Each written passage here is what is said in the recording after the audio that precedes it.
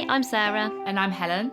And this is the Squiggly Careers podcast, where every week we talk about a different topic to do with work and share lots of practical ideas for action and tools to try out that we hope will leave you, and to be honest, us, with a little bit more confidence, clarity, and control. And this week we're talking about how to find more freedom in your work. And when we think about freedom, it feels relevant, I think, for all of us, because the more you dive into freedom, the more you realise this is a universal need that we all have, which does make sense. Like, who doesn't want to feel like they've got freedom in the work that they do? We want to feel like we've got the ability to be in control, to direct ourselves about, how we work and what we work on. It makes sense that this is something that's important for all of us.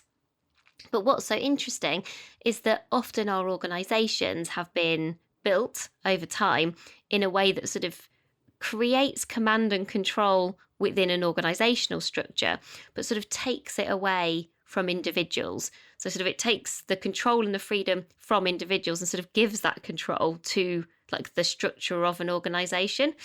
Now, most organisations, I think, are moving away from that very traditional ladder-like command and control world where essentially you do what you're told in the way that you're told, and it's all about being compliant. Because I think most organisations recognise now that that's not how anyone does their best work. And there is a really interesting article that we'll link to about organisations that have been on a real mission to sort of provide a more liberating environment. They actually call them like sort of liberating organisations. And what I found interesting about these case studies that I was reading is lots of them were very traditional organisations. So they had been more command and control and had made a very conscious effort to go, we can see that that's not going to help us be successful in the future. So if you're a manager or a leader, or you're just really interested in some of those examples, maybe have a look at that HBR article that we'll link to. But today we're really going to focus on how you can find more freedom. What does that look like for you and the ideas for action that you can take? So when Sarah and I have read around this topic, the things that come up most consistently are that freedom at work is a balance of autonomy and accountability. So people feeling like they have the space that they need and then almost like the ownership of their outcomes. But when Sarah and I were talking about it, we were like, they're really big topics. Like autonomy is just, that space is massive and it means different things to different people. And so we wanted to get a bit more specific about it. And so we asked our community on Instagram for what this means to them.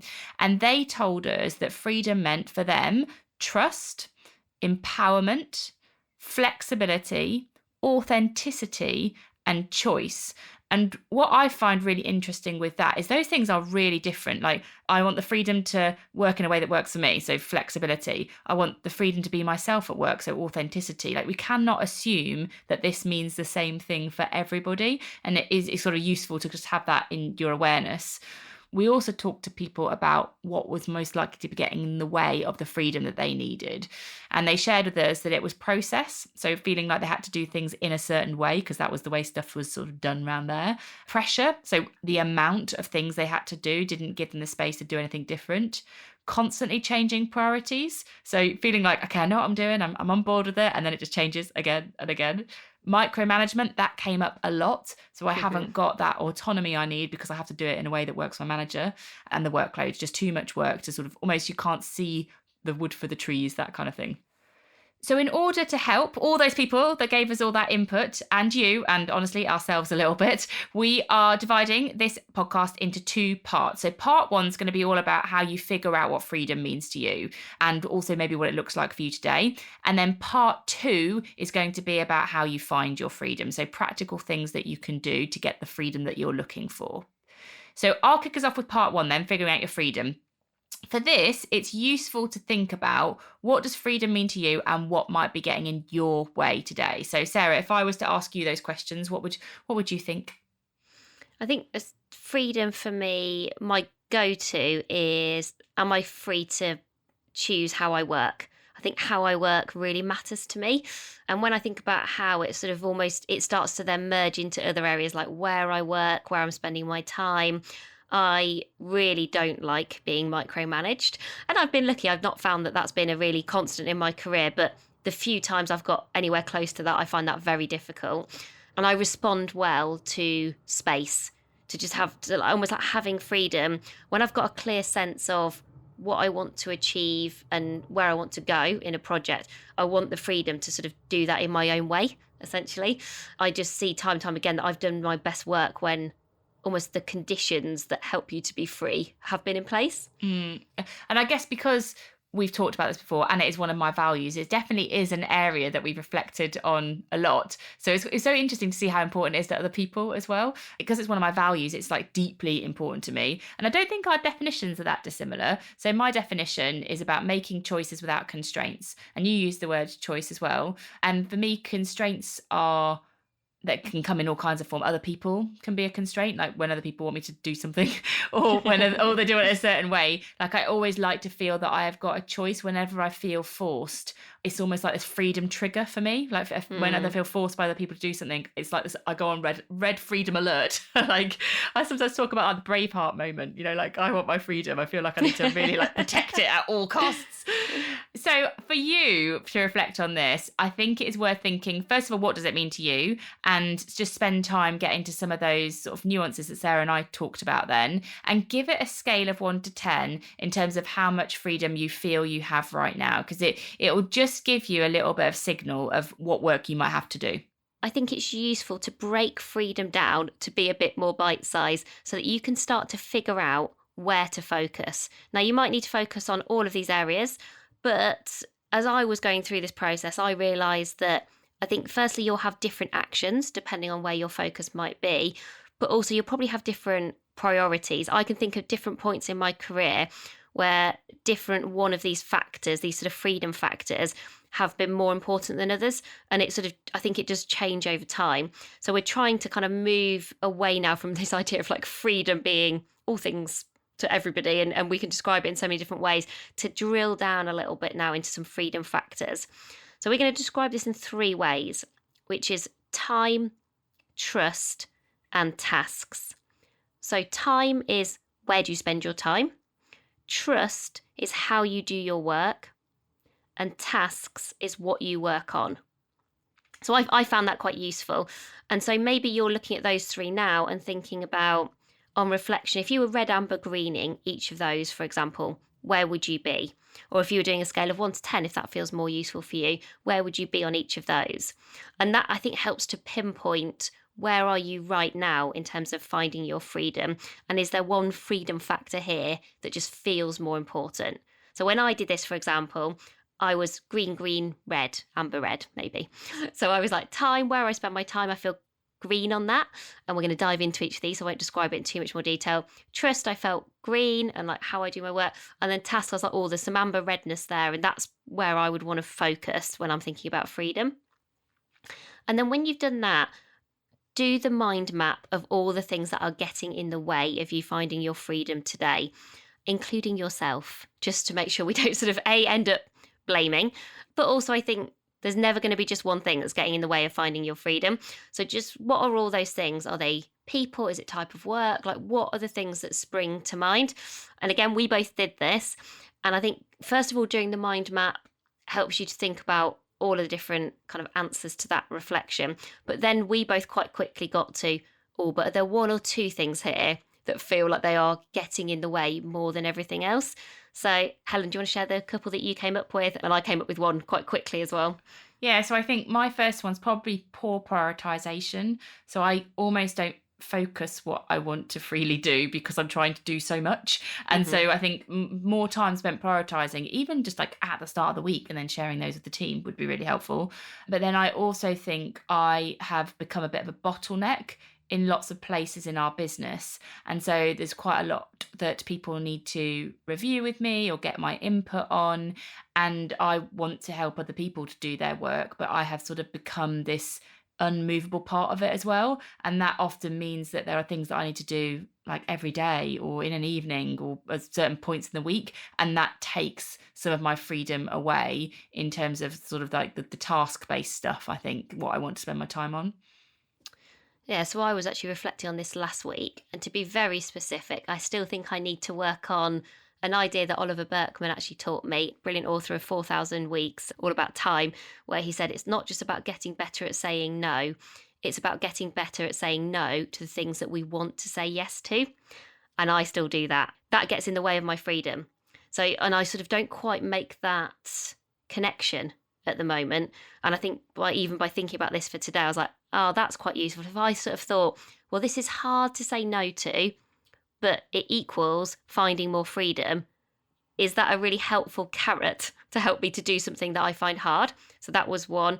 And then I think my second one, which is more general, but probably links to that first one, is just being overcommitted to delivering too much. You know, almost to your point on, I think I'm good at prioritizing, but I still feel like almost that list is too long. Mm. And so therefore, and you're overcommitted because actually you have committed to those things. And I really don't like not delivering on commitments. And so therefore, to deliver, you then end up losing lots of your freedom because you're like, well, I've said I'm going to do this. Probably goes back to, again, I've said yes to something because I wanted to say yes, but just without doing that kind of knock-on impact. So if I get frustrated about not having enough freedom, I do think a fair bit of that is me getting in my own way. Now, I think that would have been very different when I was in organisations. So I also reflected that part of this is about almost thinking a bit about and recognising the system that you're working in and where does that really help you with freedom? Because I think actually some of the big companies I worked in helped me to find freedom in some ways. You know, I worked a 4-day week some of the time. That helped me find some freedom. And I think working in a small company has taken away some of my freedom in different ways that I'd not anticipated, which we're now going to talk about exactly how we're going to get it back again, because I'm very committed to this. So we're going to go into part 2 now. So we've got 3 different ideas for action here, which are all linked to the time, the trust, and the tasks. And we'll talk about it a little bit, take it in turns, and then we'll give you the details so that you can make the change that would support your development. So Sarah, do you want to go first with time? So for time, we think this would sound a bit like, I work where other people want me to be, not where I need to be. So this, I think, will be on lots of people's minds at the moment with every organisation figuring out hybrid working. Are we going to tell people when we want people in the office? Are we going to give people lots of choice and lots of freedom about being in an office? Are we going to say everybody's fully remote, so we just get together to collaborate? So this is both on individuals and organisations' minds. And for us, when we were thinking about this, I think it goes back to this principle of so often we think time equals hours. And I think if you do that, it becomes more transactional. Your thinking becomes more transactional, but also you become very black and white, I think, about how you think about your time. But if you can reframe your time to not being about hours, but being about outcomes, I think it changes both the conversations that you have, but also how you consider your own freedom in terms of where you spend your time. And so our suggestion here, just to get started in terms of kind of mindset, is be very clear about what are your outcomes? Like, what do you need to achieve? What does that look like? How are you going to measure success? And then connect those outcomes with your wheres. So rather than wheres just being like, oh, I just like working at home every day, or I want to work in the office 4 days a week, almost thinking about, well, with the work that you need to do, those outcomes you're trying to achieve, where would that work best be achieved for you? Because this will be personal for you. So as Helen and I have already described, there is some work that we need to achieve together, where some of that work is best achieved with us in a room together. Some of it is definitely, even though we're still working together on something, it's best achieved remotely and in our own space and in our own time. So I think that just helps you in terms of framing.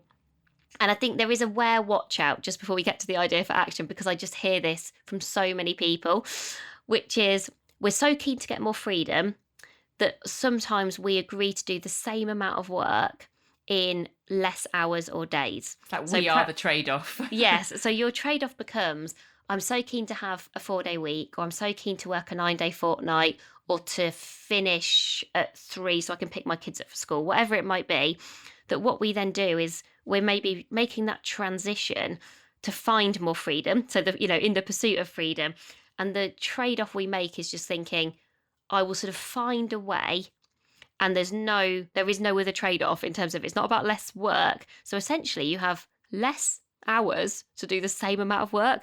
And unless you are incredibly unproductive, which I just don't believe anyone listening to this podcast can be, then all that means is that you're going to be working late nights, it's going to be stressful, or you'll be working in those times where you're not meant to be working. So I think just as somebody who has worked in lots of different ways, I think this is a really important watch out. And I've sort of done this well and not so well. And I've seen this kind of work for other people where they were really hoping to get freedom. And then, you sort of don't achieve that thing that you were hoping, but because of that. So here's our idea for action on this one. If the where in terms of freedom is really important for you, our idea here is to have a go at something called this or that transparency. So this now gets very, very practical. And this is this idea of trade-offs and choices that I was just sort of describing in the where watch out. So with something like this or that transparency, it means you're getting used to practicing sharing that you can't just do everything, or certainly you can't do everything right now, kind of in the here and now. So maybe this looks like we're experimenting in our team at the moment with using a planner in Microsoft Teams. And what that helps us with a little bit is thinking, okay, well, if something new goes onto the planner, what moves or what doesn't happen? Or it could be just a conversation. So sometimes when other people might say, oh, we need these things to happen, it just stops you from just going, oh, yes, and you just sort of add everything on. And it helps you to go, okay, well, I'm working in these places, so that work won't work then. So it just helps you to have that challenge. Or maybe it's just a weekly email that says to people, well, this is what I'm working on at the moment, this is where I'm working. And you're just, again, being very transparent about that, this or that trade-off. I just find that this or that is like quite a useful just framing all the time to keep us honest in terms of prioritizing. And then just it connects back to this point about time. You can't find more time. That's just, it's sort of not a thing, but we do all sort of get used to defaulting to going, oh yeah, okay, I'll just keep adding that to that. I find it really helpful as well just to talk this through with people, like why I'm making the choices that I'm making. So like if I might say to Sarah, oh, I'm going to work from home today because I really want to kind of get my head down on those things, and kind of by the time I got into London I end up getting distracted and all kinds of stuff, and just helping someone to understand that this is why I'm choosing to work where I am helps me to just feel more confident about the decisions that I'm making. Not that you need to justify your decisions to other people, but if you're part of a team and you're all trying to do this, then at times you're going to have to make team choices. Like you can't always have a team making individual choices about their wares. Otherwise, no one's going to come together in the right place at the right times. So it is useful to understand which of your wares are most important and why. And then, your team can help you to protect those, and you can work out, well, which ones can we come together on? So I do find that useful to understand about people. Imagine even as a team all sharing, what does freedom look like for you? When have you got your most freedom in a week? And where do you feel like you've sort of need to find more freedom in a week? Just some hopefully easy to answer questions that everyone could just do a bit of sharing on. I wonder then whether you could all help each other, which I think, because as you said, this feels all very interconnected. It's quite hard to do lots of this by yourself.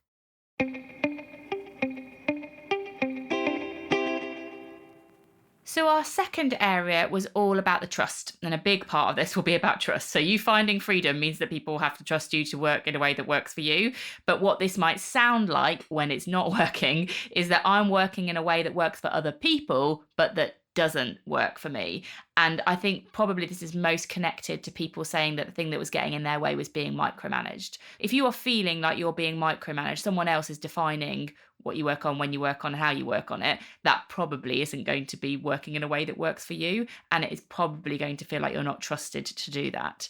And ultimately, you are the expert in how you work best. You know when you're most energized. You know the environments you need to work with. And what we want you to do is to start with you. When you're trying to create this trust, we want to start with, well, this is what works for me and why, but then ultimately be open to other people's input, because they might have some valid things to contribute. So you don't want to kill that from the conversation, but you do want to start with your freedom first, or otherwise they might impose what works for them onto you. So to sort of bring this to life about what this could look like, we've created a scenario. It's sort of like a podcast role play. I love it. I like it because I, in this role play, am your manager. And let's say I said to Sarah, we're going to be creating a careers festival over the summer, and I'd really like you to lead on it. Then what we would want to do in response to that given that Sarah is the expert in how she works best, is Sarah to then define how she imagines making that happen and then share it with me for challenge and build. Not to approve, not for me to say, yes, that's okay, or no, that's not, but to almost say, like, how could that be even better? And it's that space for building rather than approving that we're trying to create, to give someone the autonomy. Every time you go someone to kind of agree or approve something, I think you reduce some of your autonomy over it, because it feels like they're checking in and checking up. And what we really want them to do is sort of have a more adult to adult conversation about how you do your work. And so challenge and build creates that. And what we want you to do is to be in control of that conversation. So Helen and I were chatting about practically what would an idea for action here look like. One of the things that I found really useful, and also recognise that when I've not done this, it's been a miss, as in it's got in my way, is having project on a page. So project on a page, let's imagine I'm doing this careers festival that Helen's asked me to lead, is just summarising on one page, maybe it's Word document, maybe it's PowerPoint, whatever works for you. What's the objective? What are the outcomes? What does success look like? And how I'm imagining I'm going to make this work. So that might be some sort of ways of working principles. So for example, I might be saying to Helen, every Monday morning, I'll send you a project update with the 3 things I think you need to know. I'd suggest we get together for 45 minutes every couple of weeks and we talk about priorities, people, process and problems. So perhaps I put a bit of structure in. It's not you're sort of presenting a project on a page and sort of hoping for no response, which I have definitely done in the past. You're also asking some really good questions, because this is meant to be a conversation, because otherwise you're solving rather than involving your manager. So maybe I'd be saying to Helen at that point, so what might I be missing? What can you imagine could get in our way? How else can I keep you updated? Or even like, almost asking Helen, well, does that feel like, do you want to be more involved at the earlier stages of this project, or do you want to be less involved? So it's sort of that project on a page becomes a joint agreement that I think everybody feels confident and comfortable with, but also that you keep coming back to, because there's no point doing this and then never looking at it or iterating as you go. And actually, Helen and I were even reflecting on a small project that I'm working on at the moment where I haven't done this. And it has felt like exactly as Helen described, where I've sort of said to Helen, we're going to need to make a decision on something. I'm sort of running something past Helen and sort of wanted to just go, yeah, sure. Like, let's make some progress. But I feel a bit like Helen's been like, oh no, I've got some more questions. And it has felt a bit like we were saying, like the closest we would ever get to like micromanaging each other. Whereas in my head, I've sort of thought, well, why can't Helen just sort of let me get on with this? It's fine. Whereas Helen's thinking, but I've got 5 more questions. I think with that specific piece of work, if I had done a project on a page, I would have got to clarity, but also then Helen could have given me more freedom to work in a way that kind of works for me and in terms of how I want to do my work. Whereas actually we've kind of slightly stalled because we've not done this. And then you do feel like you've got less freedom on something where you feel like I should have just been able to move forward. Actually, just reflecting on that situation a little bit as well makes me think about, sometimes I wonder whether like the language of this is a bit of a freedom flag for me is a way that you could bring it into, like, because if you had said to me, Helen, this is a bit of a freedom flag for me, I'm feeling like there's something I want to do that I'm not kind of getting the space to do, could have maybe been an easier way into a conversation about that. But then obviously I sometimes think that the more detailed someone's questions are, the more there's something it's that's sort of unsaid. A freedom flag for you. Or like, because the detailed questions are, maybe they're fine, they're useful, but there's probably a bigger question behind the scenes in someone's head. And I think the particular project Sarah's talking about, there probably was, and I wasn't surfacing the bigger question. What I was going to was probably quite a lot of like irritating detail. And I wonder if you can say this is a bit of a freedom flag for me, so I now go, and now I know that that's a point of language. I'd be like, oh, okay, so Sarah's feeling basically that I'm micromanaging her, but saying it in a way that makes it a more comfortable conversation. And then if Sarah could have asked me, what's the bigger question in your mind? Like, to get me out of the detail and kind of into something that we could probably discuss more effectively. Because I think if you got to the bigger question in my mind, that could have maybe given a way to get the space. Because if you resolve the bigger question rather than me distracting us with the detail, I just think there's ways around it. I definitely like project on a page, and in that situation it would have really, really helped me, but you would have had to go away and do that, and it would have taken time. And in the moment when you were maybe feeling it, perhaps raising bit freedom flag and questioning what's the bigger thing that's going on in your mind could have unlocked something in that situation, and then we could have decided, and would a project on a page be useful? So our third area is about what you work on. So this is the tasks that you spend your time on. And I think this might sound like, I feel like I'm working on someone else's to-do list. When we did this, we were both just like wry smiles, because we've all been there and are probably still there in some ways. It's quite rare, I think, to feel like your to-do list is 100% yours or owned by you. So we think it's helpful to look at the work that you're doing, so the tasks that you spend your time on in a week, and divide it into wants, needs, and want-nots. So wants, the work you want to be doing; needs, the work that sort of needs or has to be done, whether you want to or not; and want-nots, the work that's getting in your way.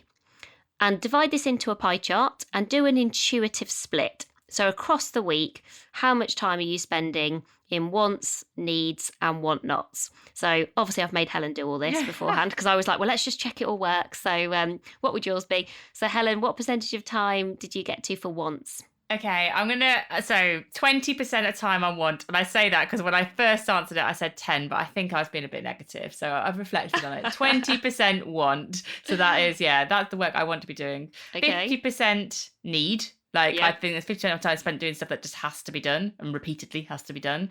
And I think I spend 30% on want-nots. So work that feels like at times it's getting in the way of my wants, actually.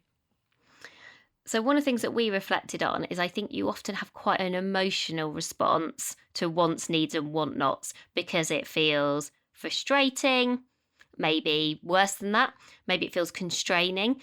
You might feel like you're not using your strengths, or you're not getting to do your best work. You can probably see what you'd like to be doing, but maybe that's not what you're spending your time on. So we were like, we think this could end up, you could get almost like going around in circles or feel a bit like you're stuck. And so I think you want to sort of move away from emotions. We obviously don't want to ignore them, but get quite practical about going, well, how are you going to change that pie chart? That pie chart is not going to change itself. So what could you do for wants, needs, and want-nots? So for wants, we were saying we think it's helpful to think about your perfect day in the life. So we actually mentioned this earlier already on the podcast about going, if you were spending a day doing the work you want to be doing, what is that work? So Helen, if you were going to do that, just give me I love this question. You were like, excited. yes, please, give me that question. She was like, don't talk about it for yourself. Ask me. Okay. So go on then. You've got your perfect day tomorrow. What are you going to be doing? I'm going to start with a breakfast meeting pretty early, like 8 o'clock, where I'm going to be having like a really good, curious conversation with somebody and finding stuff out. And like that'd be quite ideas sparky. And then I would go back to the office, probably then have like about an hour to like create something, because that conversation would have like sparked some ideas. So there'd be like some kind of framework or toolkit or asset or an article, there'd be something, and I'd be like, I'd want to get on it straight away and feel like I had the freedom to do that, to create that, and then and the freedom to put that out into the world. So it would be both a time thing and a trust thing for me there. Time to do it, and the fact that Sarah would be like, Helen's created another random article, off she goes. Then I'd be thinking, I've got to do a bit of work. I'd be thinking, because up until then I'd be like, well, that's the work I want to do. But now probably what I mean then is I need to get onto the work I need to do. So I then spend a little bit of time just looking, okay, what do the team need me to do? What are some of the priorities I do? Spend a bit of time getting a bit of clarity and just prioritizing some of those needs. Then I think I would do some sessions, like some sessions for clients, so I could connect with learners and help people with their career development. That would feel like super fulfilling. And I like to squeeze quite a lot in. So maybe two sessions I've squeezed in there. And then I'd need to spend a bit of time with you. I'd need to like maybe do a podcast, or maybe you and me were talking about something. We would need to like have, and it could be virtual or it could be in person. Like I don't need to be with you. I need to do things with you. But whatever worked best. I'd like to have a good chunk of like Sarah time. And then I think I would end my day either going out connecting with some other people, that could be one day, or maybe just a bit of like listening and learning, a bit of a podcast on the train, something like that. Oh, I'd feel lovely. I'd feel like that was a great day. So even just, I think that sense of doing that, it's really nice to talk it through with someone else. But how did it feel, Helen? So if you were going, right, you said to me about 20% of your wants, you're sort of in the work you want to be doing. So you've just described 100%. So we have just gone from 20 to 100. But what does that prompt you to think about doing in terms of like actions you might take or changes you might make? Yeah, it's interesting because I think if I think about a day, I have a lot of that in a week, actually. That is interesting. But what I think I'm wanting more, and maybe it's a bit too idealistic because I think I want more of that in a day. And I think some of the want nots probably get in the way of that. It does make me think that actually, like, I obviously love my work. I love what I do. And it does make me think, well, your perfect day is essentially a big part of your working week. You're just looking for more of that on a day-to-day basis. And it also makes me think some of that might need to be planned in a little bit more. So curious conversations over breakfast don't just happen. You've got to put those in the diary. So if they're that important to me, then plan them in, like make them more of a ritual for the way that I work. I think having some kind of focus, like I need time to create like one new tool a week. Like I'd really love to do that. I think it's sort of me at my best, quickly taking a conversation. Sure, so would our listeners. Yeah, there we go. Then there's things that I think it's helped me to think more specifically about one or two things that I don't think happen as regularly as I would like them to do. But honestly, my perfect day probably doesn't need to be every day. I think there are just moments in that perfect day that I'd like to work into my week. Well, I guess what we're aiming for here is not to go from 20 to 100% every day, but probably for that 20% to more regularly feel like 50% or 60%. And we have like mini mantras in Amazing If. So Helen and I find it really helpful just to have like almost, they're just sort of mini statements that help us to propel us forward and to make progress depending on kind of what's happening in our worlds at the moment. And we actually do have one right now, which is just thinking ahead. I mean, they're not very revolutionary, but we're talking a lot at the moment about thinking ahead. And the reason that feels so important to us is because we are trying to make some changes for everybody across the team in terms of how much time people spend on the work they want to be doing. I think one of the realizations that we have had thinking about this is you've got to think ahead. As Helen described, redesigning some of your days, some of your weeks, how you spend some of your time, what all this looks like. It doesn't just gradually happen to you. You have to really kind of create this change. So thinking ahead is really helping us because most of the time, I think with this, you can't overnight very quickly make this stuff happen. So we have started to look and go, okay, so we've been trying out using our Fridays in a very different way. We call them Freedom Fridays, actually, talking about freedom. And our Freedom Fridays are where we don't commit to lots of things in the calendars. We use them for curious conversations. We use them for learning. So we were like, okay, well, let's experiment with Freedom Fridays. But when we first had that idea, we couldn't just do it that Friday because you've got meetings or we've got workshops that we're running. And so for us, I think almost doing the contrast between where you are and the perfection, but then you can kind of work back from that. And as Helen said, she sort of realised, oh, well, actually, I've got quite a lot of this, but maybe just not enough within a day. And then for us, it has prompted us to do this kind of thinking ahead. And then we've actually got very practical actions in terms of changes that we're making. So I think this has moved us from maybe being quite emotional about, oh, we're not doing enough of the work we want to be doing, to actually very practical. So that's your first step. So step number 2 is to challenge the work that has to be done. So this is the one that I said was taking up 50% of my time. So my biggest chunk of time personally was spent on doing the work that has to be done. And sometimes that is true, but I don't think it always is, because maybe you are feeling like you have to be the one doing the work, or that work has to get done by a certain date. Like I definitely self-create deadlines for no sensible reason that I can think of. But for this one, for step 2, think a little bit about, with whatever work is falling into that big bucket for you, what you could stop. And like, is there anything you could just stop? Like if you really, really looked at it hard enough, what you could maybe stall. So sort of maybe something could slow down. Like, do you need to do all those deadlines quite as fast as you might be creating them? Or what could somebody else do?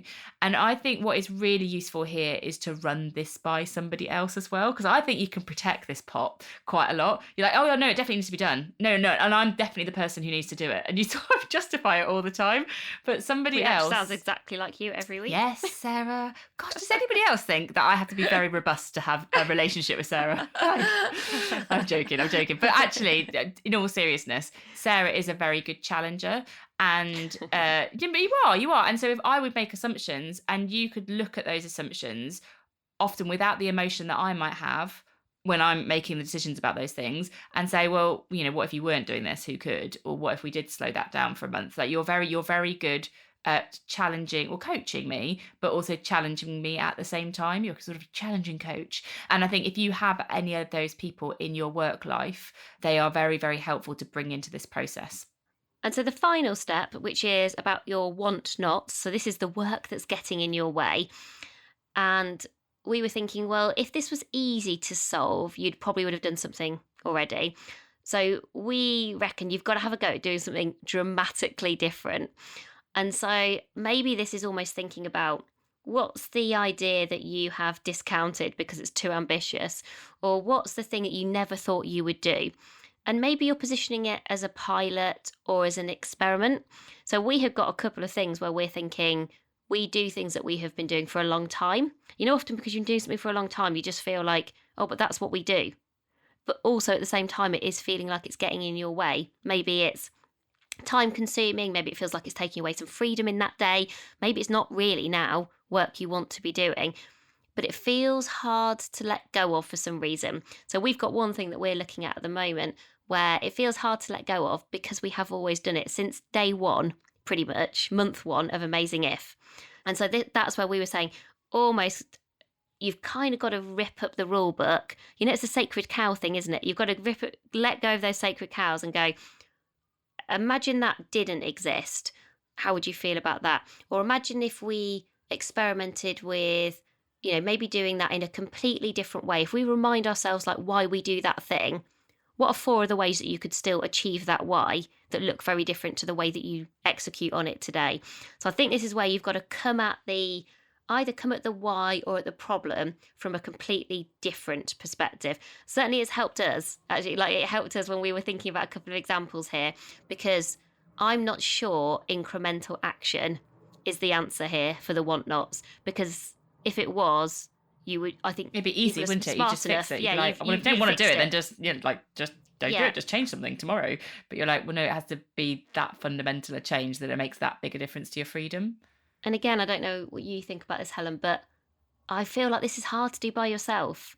Like we got to some good answers on this one when we were literally critiquing our own business to check that this idea works, and we got to some good stuff. But I think I needed that in a conversation. So again, whether this is like a work friend, whether this is a manager, an informal mentor, but someone who I think probably understands your work well enough, has got enough empathy in terms of your day to day that they can help you to explore this. I think that is useful. I think all of this one of the 3, I think all of them probably involve other people, but this one just feels like trying to fix this all by yourself. I think puts a lot of pressure on you, but also you probably won't get to such good thinking or answers. So we'll stop there because I think we've given you a lot to help you with the topic of freedom. Just a bit of a recap. So that part 1 was all about figuring out your freedom. So thinking about that RAG status, red, amber, green on time, trust and tasks at the moment, and mind mapping what's getting in your way. And then part 2, we gave you all those different ideas for finding your freedom. So if maybe the issue is a bit about time, we talked about the this or that transparency. If it's more about trust, we talked about the project on a page. And actually, if it's more about tasks, that pie chart that we just mentioned there. So thank you so much for listening, everyone. Everything we have talked about today will be summarised on the pod sheet, so don't forget to have a look at that if you just sort of want a helpful, it's kind of project on a page, it's sort of podcast on a page, to be honest. So that's there for you if you need it. And we do really hope we have helped you to figure out and find more freedom through the work that you do and in your squiggly careers, because I think this is a really important topic and one that we really hope we've been helpful with. So thank you so much for listening, and we'll be back with you again soon. Bye for now.